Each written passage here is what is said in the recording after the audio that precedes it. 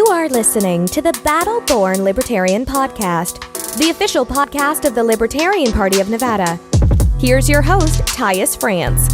Hi, everybody. Thank you for tuning into the Battle Born Libertarian podcast. I'm your host, Tyus France. Sitting across from me is my good friend, Alex. Thanks for being here. Love to be here. Thank you, Tyus. So today we are going to be really following up on last week's episode where we talked a bit about the news, and we left it off on a cliffhanger. There was a couple topics that we simply didn't have time to get to, and one of those topics is probably going to be long, so we're basically just going to make this into its own episode. I'm going to start off with this.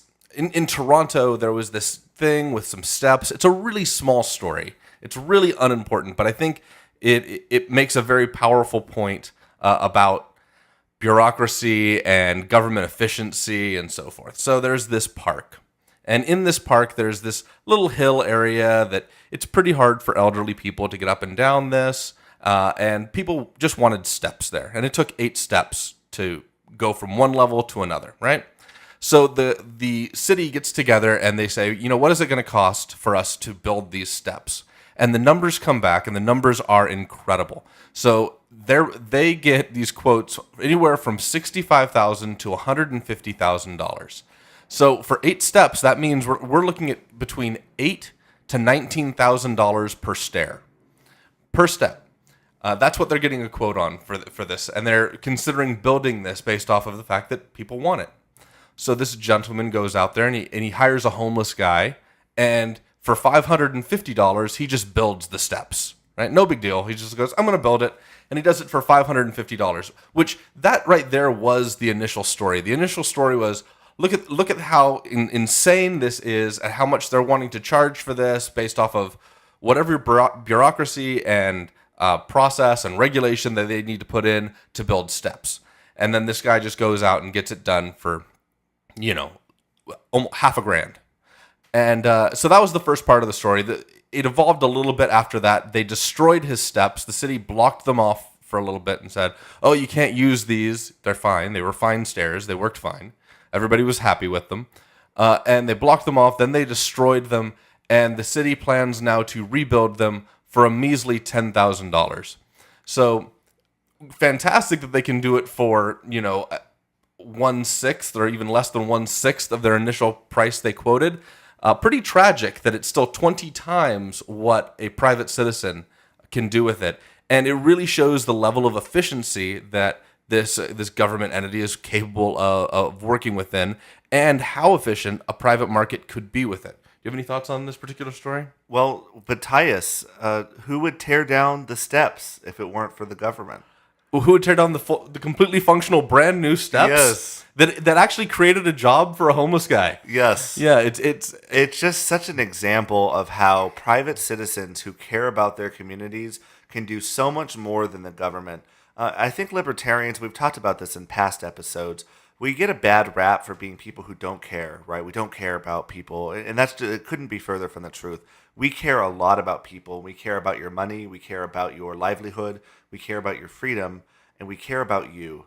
And the reason that we care about you is because, we're motivated to allow everyone to live their life the way he or she sees fit, right? And this is an example where there's this lovely park, right? And there's people who want in a more accessible way to get up and down the stairs, right?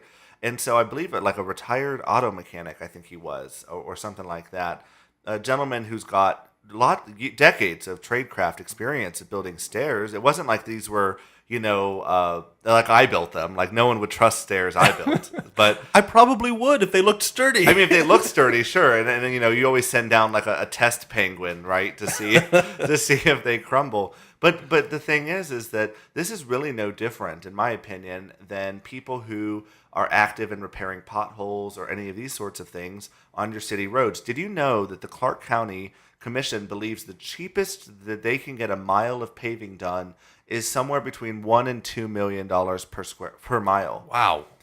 It's nowhere near $1 and $2 million per mile for a city road.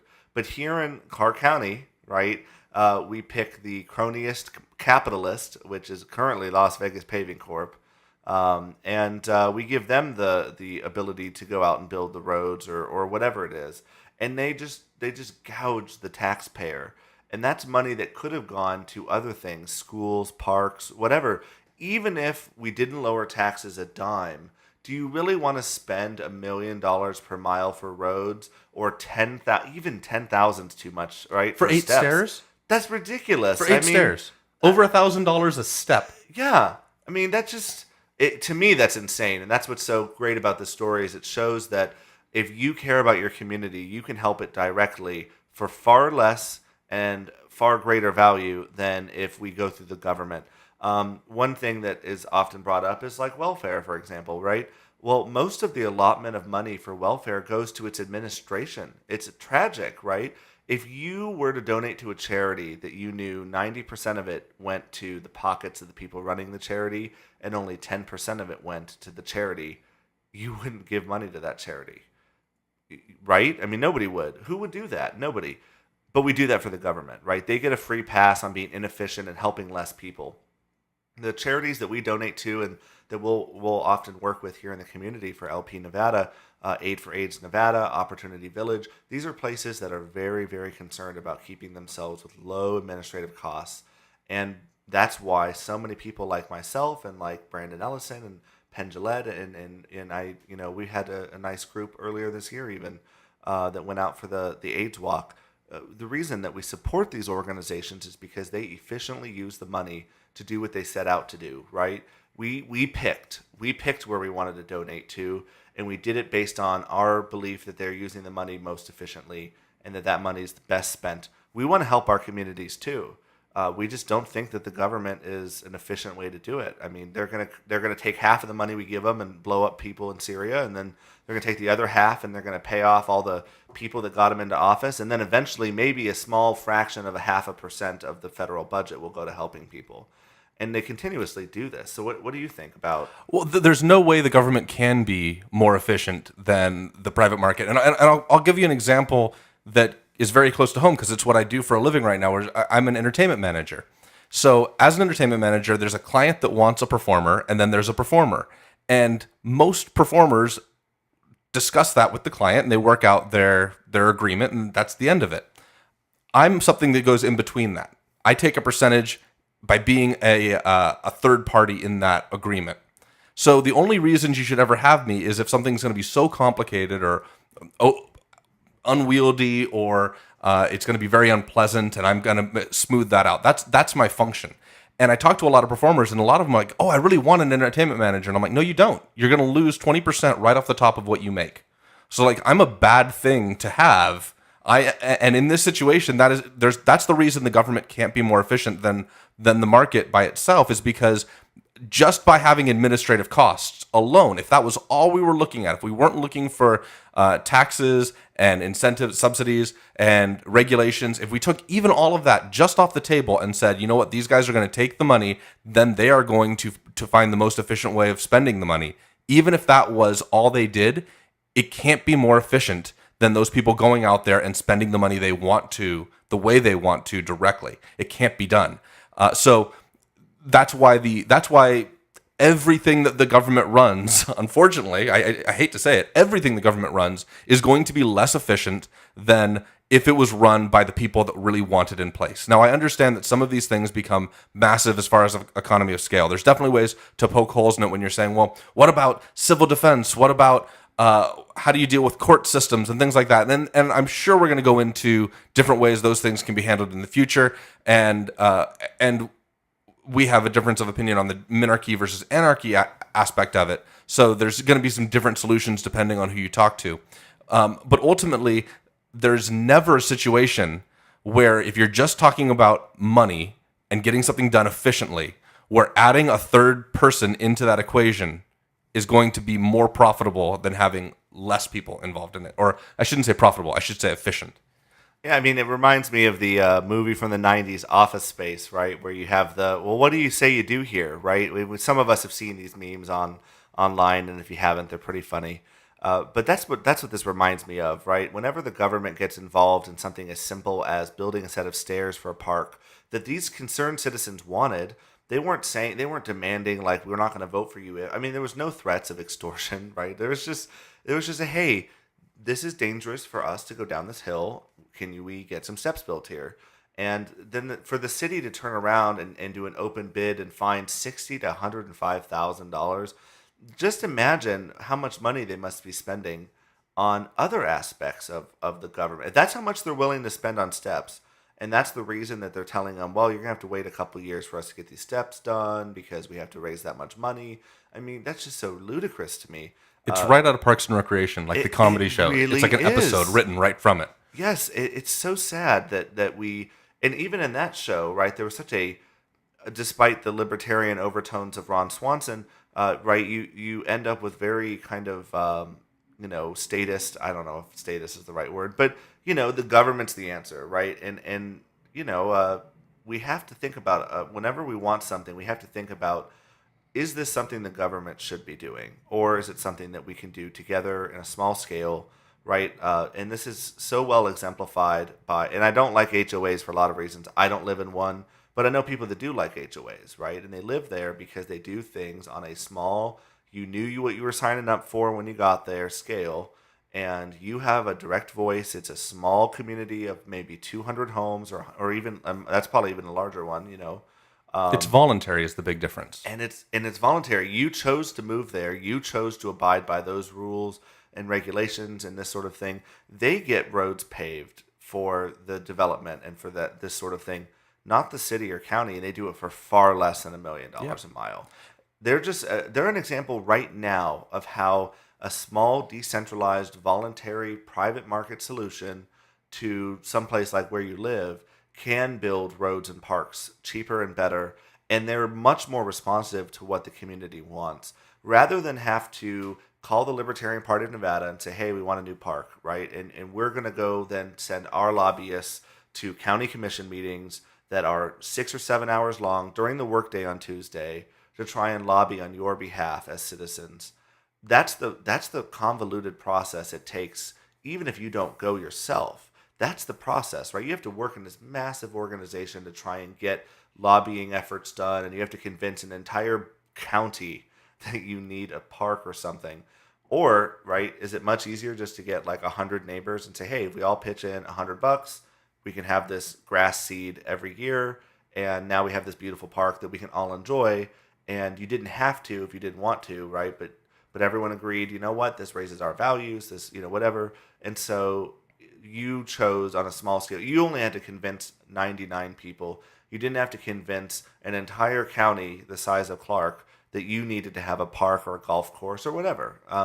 And so it's just, we have to remember, Tyus, I think, that whenever we see stories like this, we have to remind ourselves that we are the answer, right? Not the government. The government's the answer for maybe a couple things, and we could argue and go back and forth, like you say, about we will eventually. Which of those Just are. Not this episode. Yeah, not this episode. But at the end of the day, we have to remember that as much as we advocate for individual liberty as libertarians, we are also advocating for individual responsibility. If you want it, then no one should be stopping you. Yep. And especially not the city government. Or in Toronto, I believe it was Toronto, right? I think it's Toronto, yes. Yeah, I mean, so sorry, Toronto, if it's not you, but you know what I mean? It's just ridiculous that they would deem these steps so unsafe, and they don't follow all these laws and ordinances and this sort of thing.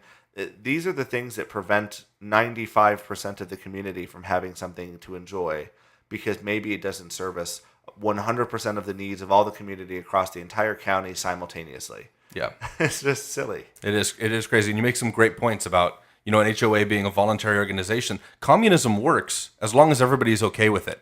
The only issue is when it becomes too voluntary communism. Yeah, when it's voluntary. Think about it. Like, I used to live with some roommates, and we'd put food in the fridge, and it was communist food. Everybody could have that food.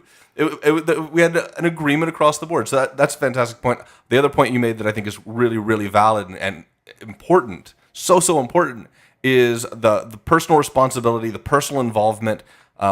Ultimately, that's what it's going to come down to, and that's where all change is going to come from. I don't know have we ever told the story of how this podcast came to be? I don't think so. Maybe the beginning. Okay, episode? I'm going to tell here's a little story about the podcast and how it came to be. So we do these mixers out here. If you are in Clark County, actually, if you're in pretty much anywhere in Nevada, and you go to lpnevada.org, gosh, every time I say that, I second guess myself. If you go to our website, lpnevada.org, and you can check out events, and we've got events everywhere. And that's exactly what I went to. I went to one event, and at the very first event, I said, "How can I get involved? What can I do to help out?" And Alex came out and was sitting there, and he's like, "Well, it kind of depends on what you're good at and what you know how to do." And I've hosted, I don't know, half a dozen different podcasts over my life, and so I mentioned, "Yeah, I can do podcasts." And he went, "Great." So we basically set up a plan to create this podcast. And during that, we had somebody that we were thinking would be a really great co-host, but it didn't work out scheduling-wise. So Alex said, "You know what? I'm going to step up and do it." And now that's exactly how he's here, and that's how this show has come to be. But the reason I bring that story up as an example is it's an example of two people basically taking responsibility to make something happen. So I offer what I can do, and I step up to that, and then we don't have a co-host, but Alex basically suggested the thing to begin with, so he stepped up and took responsibility and jumped in and grabbed the seat. And ultimately, if you want to see change in your local government, in your state government, in your national government, you're going to have to be the change that creates that. There's nobody else that you can look to, and we're so comfortable looking at somebody else and saying, "Well, when is Trump going to do something about this?" Well, let's just assume he's not. Let's start from that assumption. It's probably not going to happen. Be the change you want to see in the world. Thank you, Gandhi. Yes, absolutely. And I'm reminded of a story that I learned at Arizona Boy State, which is an American Legion program, all 50 states, I believe. And essentially, one of the stories that was told by one of the veterans is that's exactly the attitude you have to have. So many people sit around and go, "Well, you know what? I'll let George do it, right? We'll just let this other person take care of what it is." And it's important that if you want to see changes to your community, to your city, to your county, to your state, then get involved. If you're listening to this podcast, you're either checking us out or you're a libertarian. If you live in Nevada, please get involved. Message us on Facebook, hit us up on Twitter, hit us up pretty much almost all social media, or you can email us. You can email me, ed@lpnevada.org. Look me up at /AlexMD on Facebook. Just let one of us know. We'll get you plugged in. We have volunteer events. We're recruiting heavily right now for leadership positions. And just like Tyus here, we want to make Tyus one of many success stories that we have where we had someone come to a social and go, "How can I get involved?" And instead of just asking and then kind of passively going, "Okay, well, I'll wait for them to contact me and get me plugged in," Tyus took personal responsibility to make sure that this happens. And so I would love to thank him right now just for all of the hard work that you do for the podcast, because it wouldn't happen without you. Thanks. And there are so many things like that in the LP of Nevada that we can say, without this key person bringing that aspect to the team, we wouldn't have had it. We wouldn't have had a lobbyist without Wendy. We wouldn't have the great social media we have without Troy. We wouldn't have great websites without our IT division, like with Liz and David. We have so much going for us right now, and we're building a huge team, both at the county and state levels. We have county affiliates that are getting organized all over the state. This is an exciting time to get into the Libertarian Party of Nevada. And so I would challenge you to hit us up, lpnevada.org/volunteer, if you're looking to do some more general things like phone banking, tabling, knocking on doors. We're always looking for that. That during campaign season, that's 90% of what we're doing, right? That's how you get into the communities and say, "Look, we care. I know they don't care. I know the big boys don't care about you. We do. We have a solution. We can help fix Nevada's schools. We can help fix Nevada's crumbling infrastructure. Just help us. Help us grow so we can put someone in office in 2018. Alex, random question. It's going to come back to the point, though. Have you ever taken a CPR class? Yes. And do you remember when they say, when it first starts, you don't say, "Somebody dial 911. Right. They say, "You dial 911. They point the finger at somebody and you call them out. You make that one person call 911. The reason you do that is because if you say, "Somebody dial 911, nobody's going to call. They're going to assume the other person's going to do it. So I'm talking to you. If you're listening, this is not about everybody. I'm talking to you. You take action. You do something about it. You contact us. You make this place a better place to live, to be. You change the world in a positive way that's going to make a difference. That is the libertarian principle right there. Personal responsibility, personal ownership. And then that comes to property rights, but that comes to the acts that you take every single day. Let's speaking of ownership and owning things, let's transition a little bit. So we've got Jeff Sessions is in the news a lot right now. Oh boy. One of the things he's up there about is civil asset forfeiture. So this is one of the things that'll get my blood boiling real quick. So I'm just going to explain what civil asset forfeiture is first. And Jeff Sessions is involved in it due to something called equitable sharing. So I'll go into that too. Wow, that's such a misleading name. Oh, it's great. Oh. It's exactly the awful stuff. If we rob a jewelry store, we'll split it 6 ways is kind of the way. Yeah. I just saw a meme that said like, what was it? It was like the Federal Reserve Bank is not federal. It's not. There's no reserves, and it's not a bank. And then it had the accurate. Yeah, all of these different government programs. Hashtag audit the Fed. Yeah, the Patriot Act is not patriotic, and it had all these different like all of these names that they sound good, and then you're just like, net neutrality was misleading one of them. Titles. Yeah, 101. That's like every bill you want to get passed. Just be like the Happy Balloons bill. Woo! Yeah, no one likes Happy Balloons, right? No one hates those. Yeah. Wait, you don't like happy balloons? You want all the balloons to be sad? Exactly. It's such a... anyway, so what is civil asset forfeiture? Good question, Alex. I'm glad you asked. So civil asset forfeiture, here's the pitch on it. And it's going to sound... I hope it sounds reasonable, because if it doesn't, then my bias is coming through. And by the way, I'm very biased. So civil asset forfeiture is the idea that, let's say Alex is a drug dealer and I'm a cop. I'm not. But... He's not. And I'm not. Neither of those two things are true. So if I find these drugs on him, the idea is I should seize those drugs from him, right? That makes sense. So that's the basis of civil asset forfeiture. Now it expands a little bit from there. So let's say that same scenario, but now he has a lot of cash on him. My drug money. Your drug money, right? So now it's maybe a safe assumption to say that the cash came from the drugs. So I'm not only going to seize the drugs, I'm also going to seize the cash. Okay? And now maybe I do this seizure at his home, and his home has all of this drug equipment and stuff in there. So maybe we've got a whole drug den. So now I'm seizing the drugs, the cash, and the home.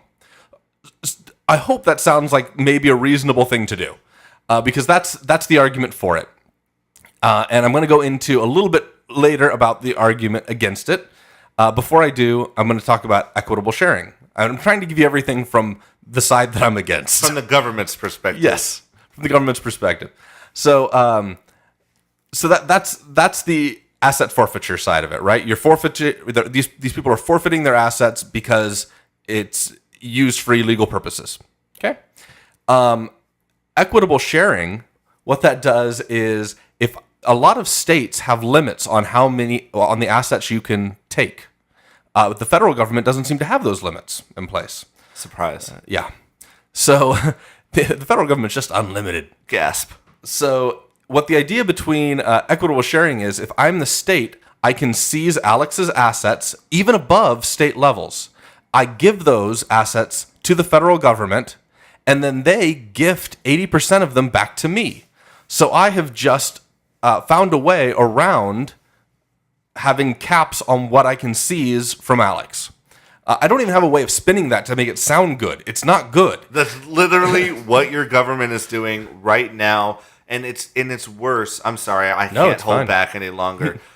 It's worse than that, because you don't even have to be convicted of a crime. You merely need to be accused, and they can seize your assets, tie you up for months or years. There's a story, heartbreaking, that Reason.com, I believe, broke about a woman who had been pulled over. She had $10,000 in cash in her vehicle. She was driving to the bank. She was one of those, little old ladies in New Mexico, right? I believe it was, where she was saving up money in cash, and then she was going to take it to a huge deposit at her bank. And some people like having their Scrooge McDuck style cash just lying around. And she got pulled over, as it happens, for something innocuous like a broken tail light. And they found this cash. They assumed, oh, this must be criminally related. They not only took the cash, they took the car. And later on, of course, they determined that she was not doing anything illegal or wrong, but they still kept this stuff. And it took her years in court to finally get it back from the government. And even then, I think she still had to wait like months to get her car back out of impound. She had to pay all these fees for having her car in impound for years while she fought this. I mean, it was like outright extortion of this woman. And that's what your government is doing. And just because it hasn't maybe happened to you yet, doesn't mean it won't. Doesn't mean that it's not going to be you driving with an $1,000 CD, certificate of deposit. Not like a exclusive collection, like limited edition. It's a really nice CD. It's a really nice CD. It's like Prince's last CD. Yeah, he signed it. Nobody would ever say, because CDs are all low quality audio. But in any event, right, if they seize that from you or seized your vehicle, that's your means of producing money, right, driving to work. Even if you did something wrong, they should at least wait until they've convicted you in court. You are supposed to have the right in this country of a fair and unbiased trial, and the government is not supposed to be able to come and put people in your home, quarter them. They're not supposed to unreasonably search or seize your property until and unless the investigation has concluded and you're guilty. Even then, I'm not a big fan of this, but at least that would be a common sense. Like, at least convict them, right, before you take things. Maybe it's evidence, sure, but as soon as you've determined that someone's not going to be convicted or even pursued in a trial, that should be an immediate grounds to give them their property back. Like, There shouldn't be a process and fighting it in court and getting it back. It should be automatic. We're sorry, ma'am, wrong person, you weren't doing anything wrong, we got a weird, erroneous tip, whatever. Mistakes happen, but surely not years and years of a woman's life dragged through court, trying to get her vehicle and some of her money recovered. And a lot of people just won't fight it because they don't think they have any chance of winning.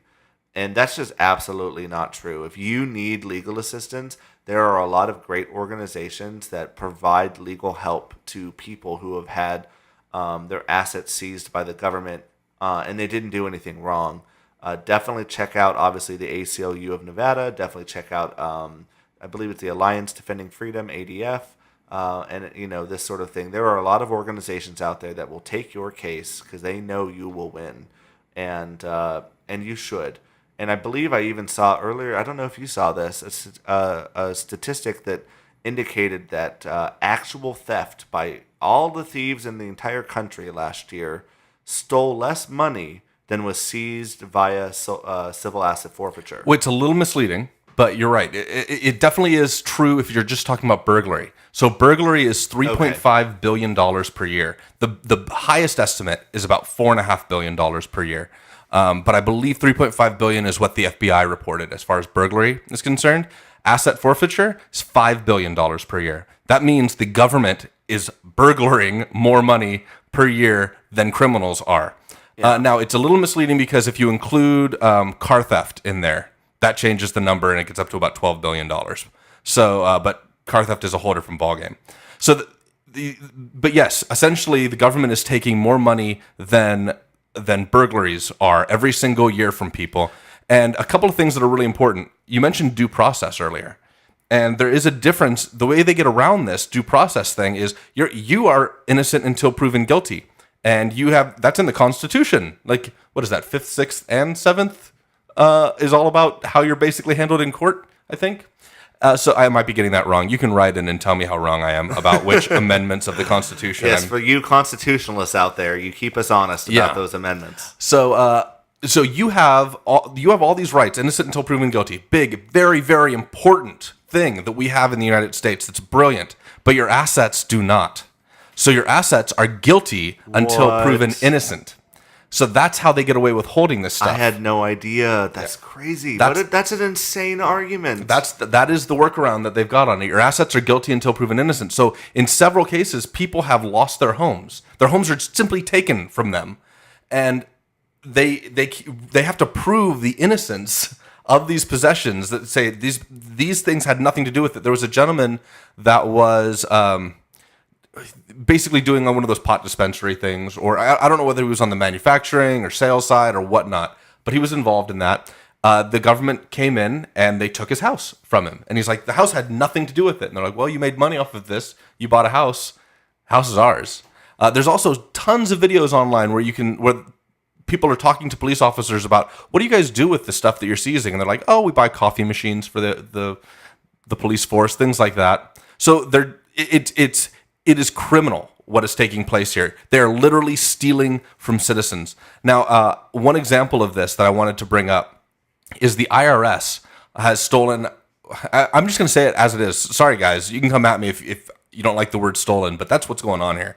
The IRS has seized millions and millions of dollars from businesses without any process. They simply come in and seize the money. Here's what they're doing. They look at bank accounts. And now I don't know how they exactly know which bank accounts these are, because they're looking for bank accounts that are getting frequent deposits of just under $10,000. And I know that if it's over 10 grand, it has to be reported to the IRS.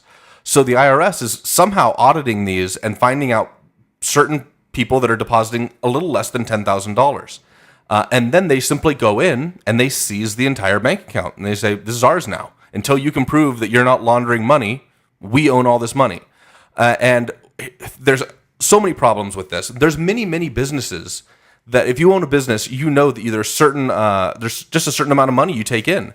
If you own a restaurant, it's not unreasonable for you to, if you're depositing once a week, to deposit $9,000. That's actually pretty reasonable to have happen.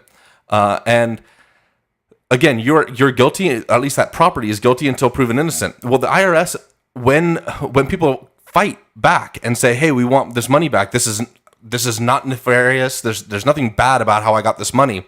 The IRS doesn't just give them their money back, or even go to court with them. What they do is they say, "Well, you know what? Why don't you take half and we'll take the other half?" They negotiate with them. And the fear of going to court with the government is a very real fear, because you know who you're really going to court against? You're going to court against yourself. The government has basically an unlimited amount of money, because it's not just you versus the government. It's you versus my bank account and Alex's bank account and every other person that's paying taxes to fund something that essentially can just continue to pull off of the resources of the people in order to fight you. So you're fighting a country. You're not fighting a prosecutor. You're fighting a country to try and get your assets back. So the way of going about this, it's not going to come down to every single person that has their assets seized needs to go and fight individually. We need to fight the policy at the beginning, right where it is right now, and say, you know what? If Jeff Sessions is trying to expand this, we need to immediately attack that. If anybody's trying to expand it, we need to attack it. If anybody is trying to restrict it, we need to support that. And we need to do it every single opportunity we see, on the local government, on the federal government, on state government. We need to get in there and do something about it. Cool. Yeah, no, I think that's excellent. And again, it takes us back to the point we made earlier. We need your involvement. The county commissions and state legislatures, they need to hear from citizens that say, I have a very real concern about this and how much money you've seized here. Especially in Las Vegas. I mean, we have people of all stripes that come here, and when they get their assets seized, a lot of them don't even live here, right? Most, I would be very transient city. Yeah, and so they're not going to stick around and fight that fight.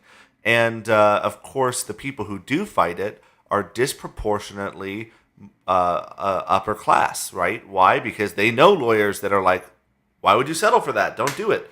Right? You're less likely in poor communities in Las Vegas or across the state of Nevada to encounter criminal defense attorneys and people who are specialists in this area. And so you're less likely to think that you even have a chance. And you do. You have a very real chance of winning. But it's going to take years right now, because we've set up this guilty until proven innocent assets way of doing things. And we as a community have to come up. We have to do better. We have to come up with a better way to protect the large number of people who are who have their assets seized, and they didn't have anything to do with an illegal act. They were merely accused. They were in the wrong place at the wrong time. It's happened to countless people across the entire country. But here in Nevada, New Mexico, all over the Southwest, we have to do better as a community. We can't allow this to stand, and especially because it disproportionately affects people who can't fight back, just like the people fighting back against the Donald Trump wall seizures. The people fighting back are the ones that know they can win, know they have a strong case, and they have the money to fund it. And there are politicians all over the country that are angry that somebody would have the balls, right, to fight the government on this and win. But you will. And if you don't fight, we're not just sitting around waiting. Well, maybe some of you are, but we're not waiting around for the whole thing to collapse and then we'll rebuild better and better. We need to take an active role today, right now, in fighting the government in smart ways. We have our day in court. If you believe that the Commission on Presidential Debates is unfair, join with that coalition. The Our America Initiative with Gary Johnson's kind of getting rebooted. I think we mentioned that last week. These are people who are actively fighting the injustices in our system, the inherent biases, racial, sexist, and classist biases in our system, and trying to eliminate those to make the government and work for all the people and make it as small as possible. Again, I love local. I'm a minarchist. I mean, again, we could get into the whole debate, but I'm a big fan of local government because that's somebody who I could meet, right? I could sit down with a Mayor Goodman, right? I could go meet a North Las Vegas city councilman. I have no chance of ever meeting Donald Trump. I have no chance of meeting Jeff Sessions. We need to be very interested in being involved in our local communities and making sure that our voices are being heard and that we begin advocating for liberty at this grassroots level. And I'm hoping that this podcast is reaching a large number of people here in Nevada, and that as you listen to it, you're learning more about how you can get involved in fighting. Write letters to the editor, right? Write op-eds. If you're a good writer and you're not really a big fan of other things, we'll happily review them for you. Just email editor@lpnevada.org. We will happily give you guidance and review them, help you get published.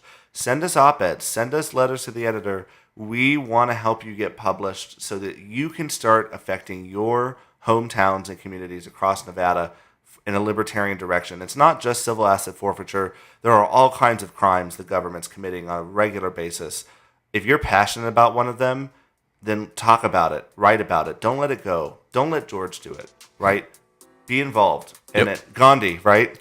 Be the change you want to see in the world. Yeah, we are out of time. Obviously, the message of this whole show: please get involved. If you don't know how to get involved, ask, because we're here. We're going to help you. You can reach us on the podcast at podcast@lpnevada.org. Come to one of our mixers, as we mentioned earlier. For all of that information, lpnevada.org is the place to go. And until next week, make it all about freedom.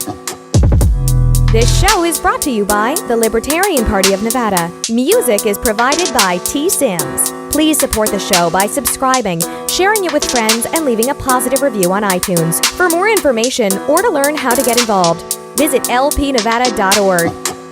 Thank you for listening.